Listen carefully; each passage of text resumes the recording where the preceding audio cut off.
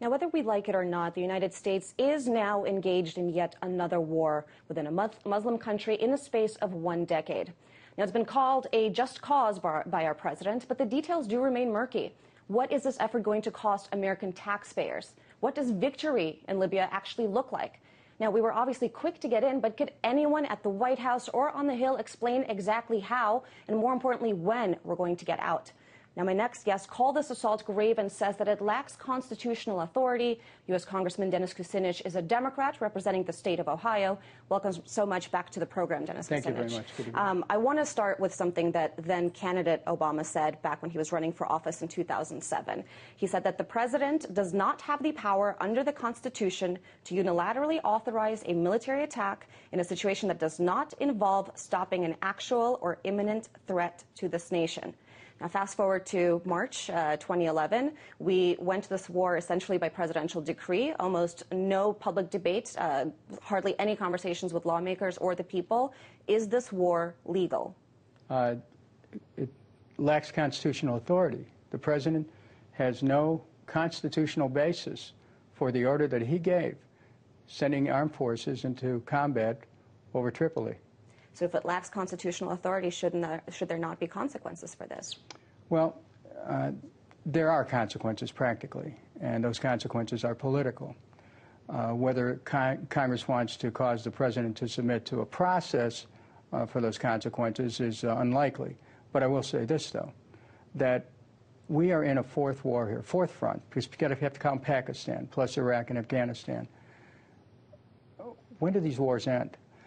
The United States does not have unlimited power here. We have to be very careful about making it appear that we're looking for opportunities to strike inside Muslim nations.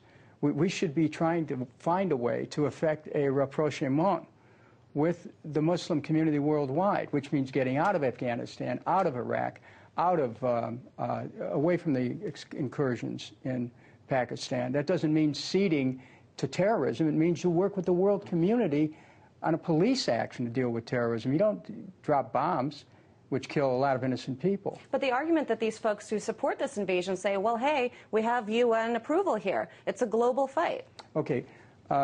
It's good that the UN is involved in security matters, except for one thing. When it comes to the United States, we have a prior process that trumps the UN, and that's called our Constitution, which requires that presidents have to get congressional approval to take our country into war. If the president feels there's an imminent or actual threat to the United States, he can move forward.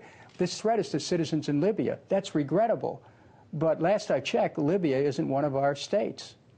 Are you prepared to initiate impeachment procedures? Well, remember, you know, it's one thing to say that this action's outside the Constitution and raise the question of whether or not such action is or constitutes an impeachable offense. It's another thing to begin the process, which is very chaotic for a nation. But in a sense, we need to begin to describe the limitations on the power of the presidency to stop further abuse of power.